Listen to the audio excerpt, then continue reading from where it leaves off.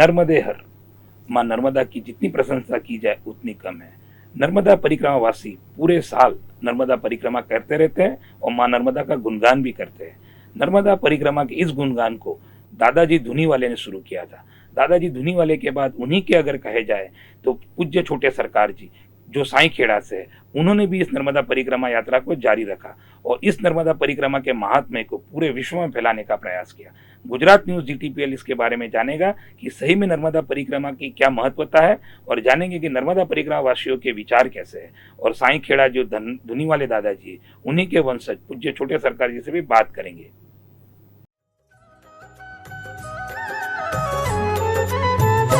भजो दादाजी का नाम, भजले हरिहर जी का नाम। भजो दादाजी का नाम, भजले हरिहर जी का नाम। भजो दादाजी का नाम, भजले हरिहर जी का नाम। भजो दादाजी का नाम, भजले हरिहर जी का नाम। भजो दादाजी का नाम, भजले हरिहर जी का नाम। भजो दादाजी का नाम, भजले हरिहर जी का नाम।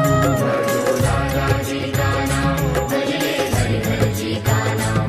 भजो दादाजी का नाम, भजले हरिहर जी का नाम। भजो दादाजी का नाम, भजले हरिहर जी का नाम। भजो दादाजी का नाम, भजले हरिहर जी का नाम। भजो दादाजी का नाम, भजले हरिहर जी का नाम। भजो दादाजी का नाम, भजले हरिहर जी का नाम। भजो दादाजी का नाम, भजले हरिहर जी का नाम। भजो दादाजी का नाम, भजले हरिहर जी का नाम। भजो दादाजी का नाम, भजले हरिहर जी का नाम। भजो दादाजी का नाम, भजले हरिहर जी का नाम। किसी भी नदी की या किसी भी रिवर की कोई परिक्रमा नहीं होती। दुनिया में एक इकलौती नर्मदा माई है और साक्षात नर्मदा मैया जो हैं वो आज भी कन्याओं के रूप में अवतरित होकर कन्या के रूप में कई बार आशीर्वाद देती हैं और दर्शन देती हैं परिक्रमा वासियों को। और नर्मदा जी की परिक्रमा जो है पैदल जो हमारे स्वामी उत्तम जी ईश्वरानंद जी महाराज जी वो कर रहे हैं। और इनकी परिक्रमा जो है आंवली घाट के उत्तर तट से शुरू होके और अमरकंटक तक होके फिर दक्षिण तट में और चल रही है। उसी दौरान ये बड़वानी और इधर से होते हुए अब यहाँ राजपीपली आई है।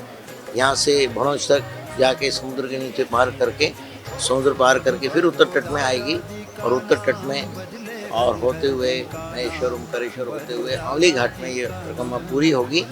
और स्वामी जी महाराज जो हैं वो परिक्रमा करवा रहे हैं ईश्वरानंद जी। उन्हीं की परिक्रमा में हम भी शामिल हैं अभी 3 दिन से। और नर्मदा जी की परिक्रमा जो है ये किसी भी तरह से स्कंद पुराण में आपको रेवा खंड है उसके अंदर पूरा वर्णन है नर्मदा जी की मातम का, उनकी परिक्रमा का और नर्मदा जी की अवतरित होने का।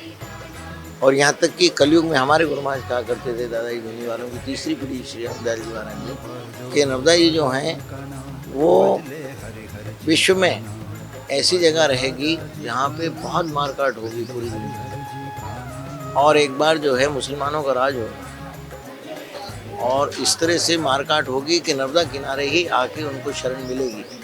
और नर्मदा किनारे के 18 कोस दक्षिण तट पे और 20 कोस उत्तर तट पे ये ऐसा खंड रहेगा जहाँ पर सब हिंदुओं की सबकी रक्षा हो।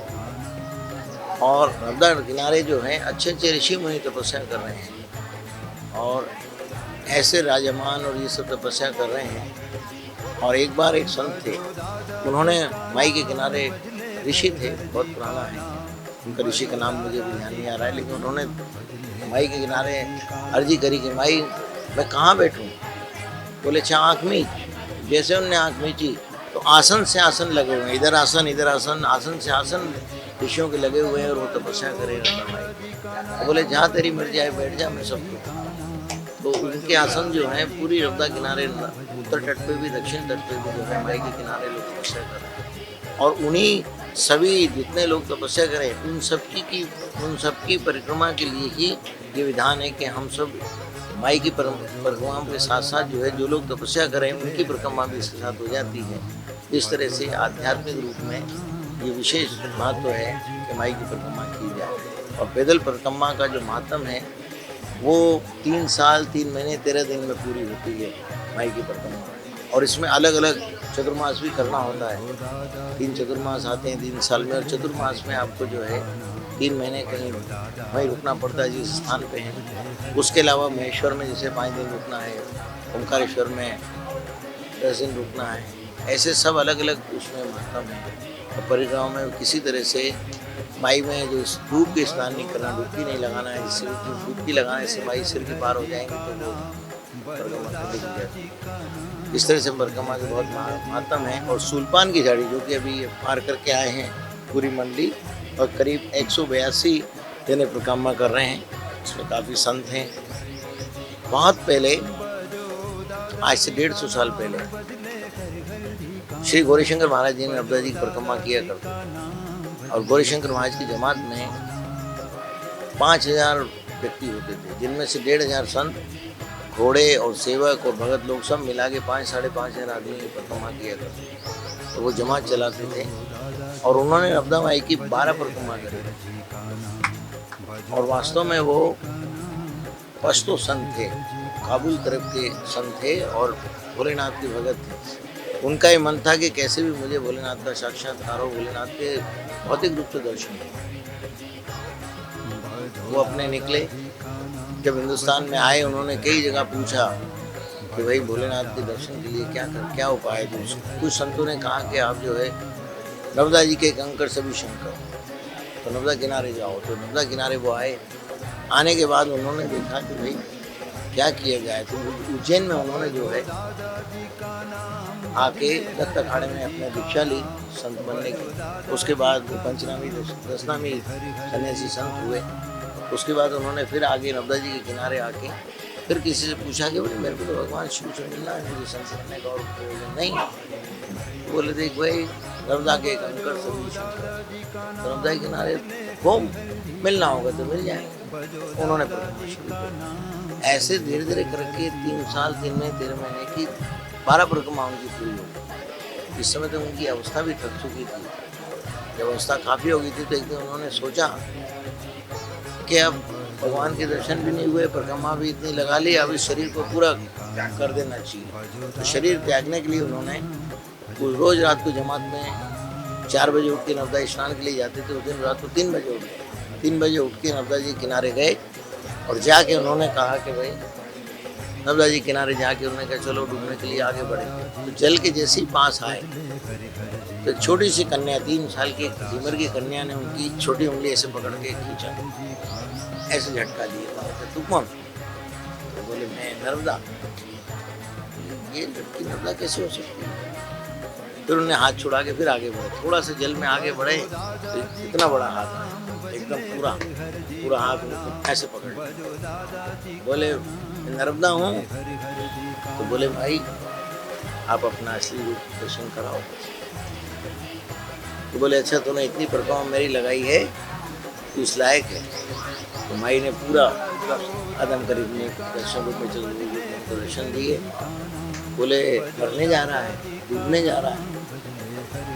बोले माई मैं तो ये चाहता था पिता से मिलना चाहता हूँ। बोले अच्छा पिता से मिलना है, अच्छा जा तेरी जमात में जो केशव नाम के हैं वो भगवान शिव हैं, वो बोले ना जाके देख ले। बोले नहीं हुए तो बोले मेरे को याद करना, मैं आ जाऊँगा। अब वो वापस डूबने का इरादा छोड़ के वापस जल में से अपने डेरे में आए जहाँ जमात ठहरी हुई थी। वहाँ अपने भंडारे की तरफ जब गए तो जब वो जा रहे थे तो उनके मन में बहुत सारे विचार आए कि अरे जिसका बोल रहे हैं कि केशव नाम का आदमी, बोले ना केशव नाम का बालक है तो ये है तो कोई चमत्कारी। सुबह कई बार 4-4, 5-5 हज़ार का आदमी खाना अकेला बना देता है, हलवा बना देता है, ये चमत्कारी। लेकिन उनने कहा चमत्कारी हो सकते हैं, विशेष व्यक्ति हो सकते हैं, लेकिन भोलेनाथ कैसे हो सकते हैं? एक जमात में मर्दन मांगने वाले कैसे भोलेनाथ हो सकते हैं? ये उनके मन में शंका कुशंका रही। अब जब और पास में आए तो बिल्कुल उनके पास पहुंच गए तो सुबह सुबह अपनी नारी तेरी तपेला मांझ रहे थे, बड़ा पतीला मांझ रहे थे। तपेला मांझते उन्होंने देखा अरे केशव, ऐसे कहा अरे केशव।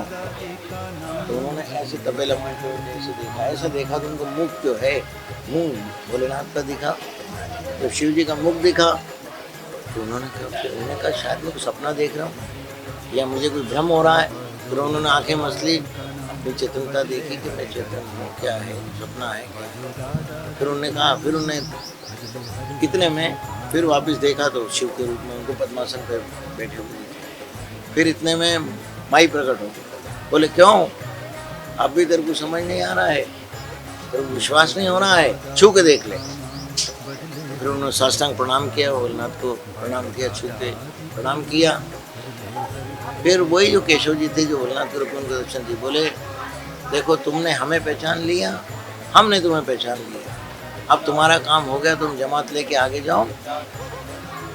और ऐसा कह के और वहीं ये साईं खेड़ा एरिया की बात है, एकदम मासूम जंगल में दौड़ पड़े और दौड़ के उन्होंने कहा कि तुमने हमको पहचान लिया, हमने तुम्हें पहचान लिया, अब तुम्हारा मनोरथ जो पूरा हो गया, अब तुम अपनी जमात लेके जाओ। तो फिर वो वापस अपनी जमात लेके चले। फिर कुछ टाइम ही चले, फिर कोकसर जगह है, वहाँ हरिशंकर महाराज ने समाधि ली, वहाँ उन्होंने बैठ के जीवित ही समाधि ली और उस आज भी उनकी समाधि है, स्थान है। और दादाजी उस समय जब जंगल में जैसे भगे, उसके बाद दादाजी जो है साईं खेड़ा की जगह है, वहाँ पे ऐसे छत पे कवेलू बैठ जाते थे, कवेलू उठाते, बच्चों को मारते, बच्चों के अरे पगला दादा तो लोग उनको पगला दादा कहते। फिर कुछ लोग कहते कि अरे ये मेरा काम है, कैसे तो जिसको कवेलू मार दें, पत्थर मार दें, उसका काम हो जाता है। फिर बाद में डंडा रखते थे, कभी अब डंडा मारने लगे तो डंडे वाले दादाजी बोलने लगे लोग, और जिसको डंडा मार दे उसका काम हो जाता है। फिर धुनी लगा ली, धुनी लगा के धुनी उतरते थे और धुनी उनकी आज तक है, क्या करें, धुनी साथ में ही चली उनके। वो धुनी होने से बोले धुनी वाले दादाजी के नाम से हो गए, तो धुनी वाले दादाजी के नाम से ख्यात हुए। फिर वहाँ से वो साईं खेड़ा काफ़ी टाइम रहे। फिर उसके बाद छिपानेर आए, बागली आए, उज्जैन आए, इंदौर आए, खेड़ी घाट आए, फिर खंडवा पधारे। खंडवा में 1930 में उन्होंने 3 दिसंबर 1930 को समाधि ली और बड़े दादाजी की समाधि है। उनकी बहुत चमत्कार हुए। उनके बाद जो है उनकी गादी पे श्री छोटे दादाजी महाराज जी विराजमान हुए, श्री इस तरह से दादाजी की परंपरा जो है आज भी है। और उसी परंपरा में अब दादाजी की परिक्रमा और ये निकला करती है। छोटे दादाजी महाराज ने सन 38 में एक नक्शा बनवाया था 84 खंभों का मंदिर बड़े दादाजी के समाधि में बनाने के लिए। उसके लिए उन्होंने काफ़ी पत्थर भी मंगाए थे, जो कि आज भी वहाँ रखे हैं। और दादाजी की इच्छा थी कि 84 खंभों का सफ़ेद मकराने के पत्थर का मंदिर बने, उसके लिए उन्होंने शुरू किया था। फिर उसके बाद दादाजी महाराज इलाहाबाद पधारे सन 42 में 42 में, और 42 में वहाँ पधारने के बाद उन्होंने समाधि ले ली। फिर हमारे गुरु महाराज इंदौर सरकार तीसरी पीढ़ी, वो उनको खंडवा ला की समाधि दी, उनको समाधि करवा के फिर कुछ साल दादाजी छोटे दादाजी महाराज जी विराजे, हमारे गुरु महाराज विराजे वहाँ खंडवा में सेवा करते रहे, सब संभालते रहे। एक 5 जनों की कमेटी होकर उससे सब चलता रहा। उसके बाद जो है वहाँ पे कुछ ऐसे लोग थे, कुछ लोगों ने जो है वहाँ पे स्वामी चरणानंद थे, उन्होंने कहा कि भाई आप यहाँ रहोगे तो मेरी मानता नहीं होगी, क्योंकि हमारे गुरु महाराज जो थे वो सन्यासी थे, बाल ब्रह्मचारी थे, तो उनके सब प्रणाम करते थे। वो गृहस्थ थे तो उनको इतना कोई प्रणाम करता नहीं। उन्होंने कहा आपकी मानता होगी तो आप रहोगे तो मेरी मानता नहीं होगी। बोले अच्छा बस ये बात। सुबह उनको सब देखे और वहाँ सीधे रेल की पट्टी किनारे इंदौर आ गए। इंदौर में उन्होंने धुनी लगाई, इंदौर स्थान बनाया, खेड़ी घाट बनाया। और ये उसी जो छोटे दादाजी की जो आज्ञा थी सन 38 के नक्शे की, उसी को पूरा करने के लिए सब भगत लोगों ने 92 या 93 से पत्थर बनाना, 89 हाँ 89 में अब वो गए थे हमारे उत्तम चंद इसरानी जी, उन्होंने वर्किंग ट्रस्टी उस समय जो श्यामलाल शर्मा थे उनसे ही बात करी थी कि ऐसा मंदिर बनाना दादाजी की आज्ञा है। तो बोले भाई मंदिर तो यहाँ ही बना हुआ है, क्या ज़रूरत है, कोई वैसे मंदिर बनना चाहिए। उसके फिर पत्थर तो इसरानी जी बोले कि पत्थर तो बनाओ, पत्थर बनेंगे मंदिर बन जाएगा। जिससे राम जन्मभूमि के भी पत्थर बनते रहे, अब मंदिर बनना शुरू हो गया है। तो ऐसे उसके मार्बल के पत्थर जो हैं 82 से बनने शुरू हुए, 92 से, और वो करीब 90 ट्रक पत्थर बन के खंड में रखा हुआ है। और उससे दादाजी का 84 खम्भों का मंदिर बने। तो छोटे दादाजी क्या कहते हैं कि 84 खम्भों का मंदिर हो, 8 फुट की कुर्सी हो और 51 फुट तक शिखर हो, और मैं सबको देख सकूं, सब मेरे को देख सकें, ऐसा खुला। ये उनकी एक आज्ञा थी। उसी मूल आज्ञा को पूरा करने के लिए सब भगत लोग जो हैं प्रयासरत हैं। ऐसा है, संदेश देने वाले तो स्वयं भगवान हैं, ठाकुर जी हैं, गुरु महाराज दादाजी देने वाले हैं। क्योंकि ये कितना भी मुंह का संदेश हो, संदेश आत्मिक रूप से, प्रेरणा के रूप से जब तक नहीं मिलता है, जब तक उसे विश्वास नहीं होता। तो मौखिक रूप से जितने भी लोग संदेश देते हैं वो सब कान में रह जाते हैं, लेकिन जब भी आध्यात्मिक शक्ति जिनमें होती है, उनकी शक्ति हमेशा मन रूप से उसका मन परिवर्तन करती है, और मन परिवर्तन करके उसके अंदर निष्ठा और विश्वास की जागरूकता होती है, और वो उसका विवेक जागृत करके और उसकी प्रेरणा का सूत्र बन के और आधार बनती है। और वही आधार जो है भगवान गुरु महाराज विश्वास के रूप में दृढ़ता के रूप में, वही दृढ़ता जो है, विश्वास की दृढ़ता जो है, वही ईश्वरी शक्ति और ईश्वरी रूप का उद्बोधन कर रहा है। भगवान दादाजी की कृपा है, नर्मदा जी की परिक्रमा सब कर रहे हैं, सभी जितने परिक्रमा करने वाले हैं, और हमारे जो स्वामी जी हैं कृष्णानंद जी, और सबको साधुवाद है, और सबका आपको सबको भी साधुवाद है। जितनी मंडली चल रही है उन सबको भी और साधुवाद कर रहे हैं। સ્વામીજી સાથે માર્ગદર્શન તરીકે છું ગુજરાતની હદ પૂરતું. મારે તો ઠેઠ સુધી જવાનું હતું, એમની જ્યાં પરિક્રમા પૂરી થાય.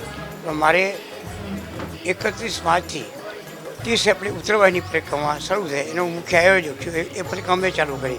એટલે સ્વામીજીને મેં પહેલેથી કહેલું કે I will come without any hesitation. પણ અત્યારે હું ગુજરાતની હદ સુધી છું, અને સ્વામીજી પરિક્રમા જે કરે છે એ નર્મદાજીના આદેશથી કરે છે. અને આમાં એટલી બધી અનુભૂતિ થાય છે, તેથી દેવતાઓ પણ સાથે પરિક્રમા કરે છે. દેખાય કેટલા તમને 182 પરિક્રમા કરનારા ડ્રાઈવરો, બીજા પાણી આપવા આવે છે, સેવકો આવે છે, 50-33 દેવતાઓ, પતંગો, કિન્નરો, યક્ષ, ગંધર્વો એ બધા પરિક્રમા કરે છે. માર્ગદર્શન પણ સાથે કરે છે. જે સ્વામીજી છે એ અગ્નિપંચકળાના મહામંડલેશ્વર છે. પછી મહર્ષિ તરીકે રીકાંબેલો અતિશય વિદ્વાન છે, અને બેસ્ટ ઓફ માઇન્ડ નોલેજ. ભારતની અંદર જેટલા સાધુ છે ને, વિદ્વતામાં, નમ્રતામાં, વેલકમિંગ વર્ષમાં ઉત્તમ સ્વામી છે, એમનું ઉપનામ છે. અને અમુક પરિક્રમા વિશે કહી શકું, કારણ કે પૃથ્વીલોકમાં સૌથી જાજી પરિક્રમા દેખાય છે. હું બે શબ્દ કહી શકું કે પરિક્રમા તો બધાય કરે છે, ગાંડા ઘેરાય કરે, ડાયે કરે છે, પણ આ સ્વામીજી જે પરિક્રમા કરે છે એમાં નર્મદાજીના આદેશથી, અને આ પરિક્રમાની અંદર જે લોકો સામેલ છે બધા 31 પેઢીને મોક્ષના અધિકારી બને છે. અને જે સ્વામીજીના દર્શન કરશે એને પણ એક પરિક્રમાનું પુણ્ય મળશે. નર્મદે આવું નામ નર્મદાપુત્ર સાવર્યા.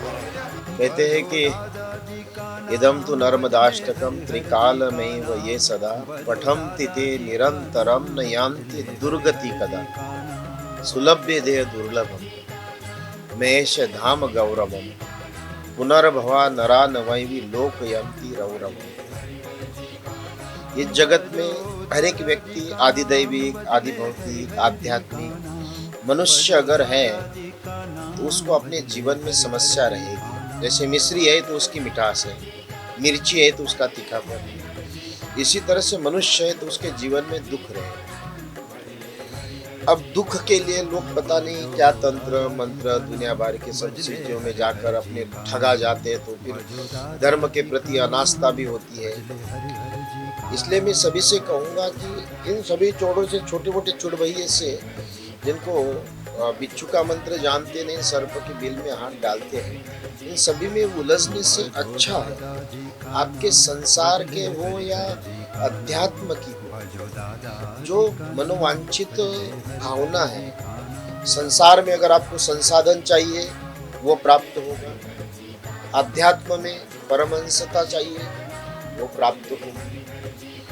जो रिक्वायरमेंट आपके एक बालक के लिए रिक्वायरमेंट क्या हो सकती है, युवा के लिए रिक्वायरमेंट क्या है, वृद्ध के लिए रिक्वायरमेंट क्या है, इसी तरह से इस 150 करोड़ जनता में हर एक व्यक्ति की अपनी अपनी व्यक्तिगत रिक्वायरमेंट है.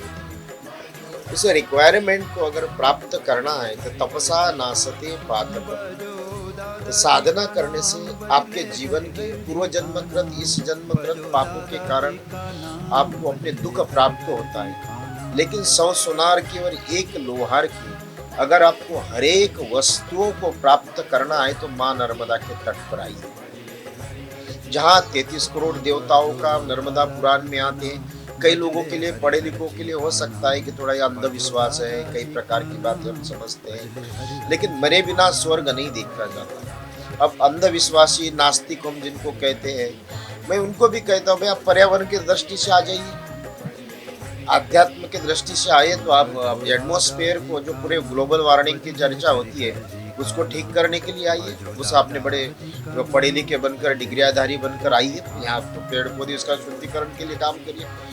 अध्यात्म के लिए अगर आप आ रहे हो तो अध्यात्म के प्रति तो हम लोग जुड़े ही हैं, आज से नहीं है, ये हजारों लाखों साल से मार्कंडेय जी महाराज से ये परंपरा की शुरुआत, उसके से भी पहले वैज्ञानिकों ने, नासा ने प्रमाणित किया है कि विश्व में एक खाली सारे ब्रह्मांड में जिसकी धारा 6 लाख हजार वर्ष पहले जिसकी धारा दिखती है वो नर्मदा है।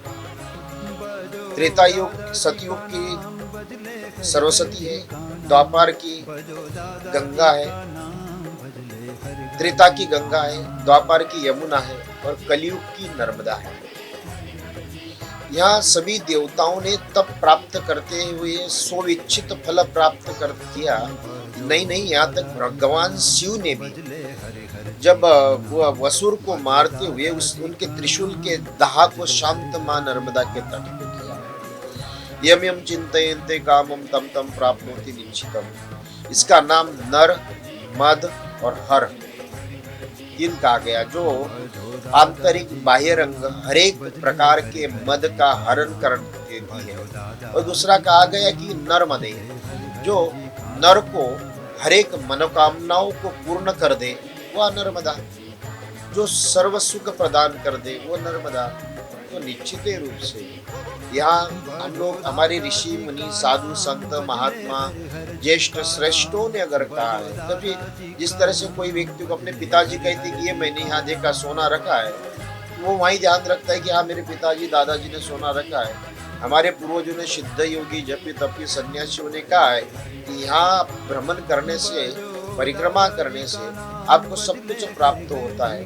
पूरे ब्रह्मांड में एकमात्र ऐसी नदी है जिसकी परिक्रमा होती है, और एक ऐसी नदी है, हो सकता है कि बाई दूसरी नदी है, विवाहित है, लेकिन एक कन्या स्वरूपा माना गया है और शिव की कन्या कहा गया। शिव कन्या, जिसमें जो औडरदानी है, निश्चित रूप से जो हरेक अवस्था ब्रह्मांड में मार्कंडेय जी महाराज को एक शब्द में चिरंजीव बनाने वाली है, वैसे औडरदानी उनकी कन्या भी।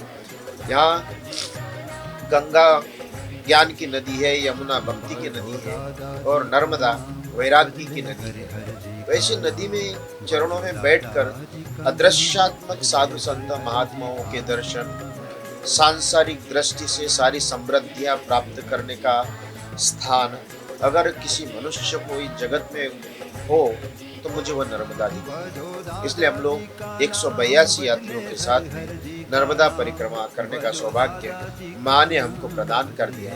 हमारे बुजुर्गों ने, हमारे ज्येष्ठ श्रेष्ठ सिद्धों ने कहा है, उन्होंने कहा है, कहते हैं कि अगर विश्वासम फलदायक, विश्वास एक बहुत बड़ा आपका एक जीवन में एक श्रृंगार है। विश्वास रूपी श्रृंगार को लेकर आप चलोगे तो आपका सौंदर्य अपने आप ही निखरेगा। इसलिए उस हमारे बुजुर्गों का कहना है कि उस विश्वास को लेकर हम चलते हुए अपने आप में परमात्मा का और माँ का सानिध्य लेते हुए आज 116 दिन हो गए, उसको प्राप्त करने का सौभाग्य मुझे प्राप्त हुआ है। तो आपने देखा होगा कि माँ नर्मदा परिक्रमा की महत्वता क्या है। इसीलिए कहते हैं गुजरात न्यूज GTPL ऐसे ही धार्मिक बातों को लेके आप तक सच फैलाने का प्रयास करता है, और नर्मदा परिक्रमा जैसी बहुत सारी ऐसी जगह है जिनका आने वाले समय में हम और बताएंगे कि क्या क्या भारत में और गुजरात में ऐसी जगह है जहां धार्मिक महत्वता होती है। तो आइए मिलेंगे नए एपिसोड में नई बातों के साथ।